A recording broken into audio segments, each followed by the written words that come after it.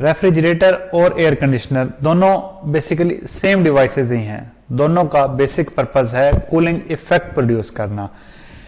Air conditioner एक room, एक hall के अंदर कूलिंग प्रोड्यूस करता है, जबकि रेफ्रिजरेटर एक कन्फाइंड स्पेस में, जिसमें आपने फ्रूट, वेजिटेबल्स, डेयरी प्रोडक्ट्स रखे होते हैं, वहां पर ये कूलिंग प्रोड्यूस करता है।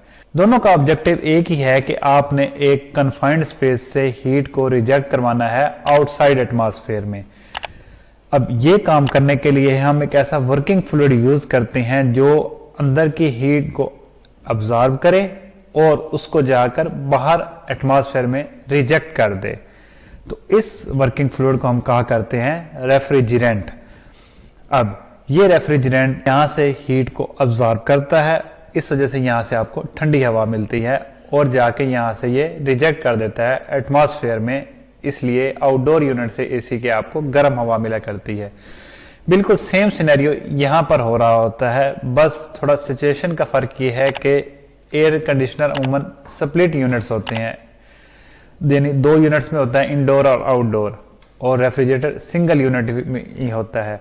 लेकिन इनके जो कंपोनेंट्स हैं, पार्ट्स हैं, वो सेम ही है जो हम आने वाली वीडियो में देखेंगे।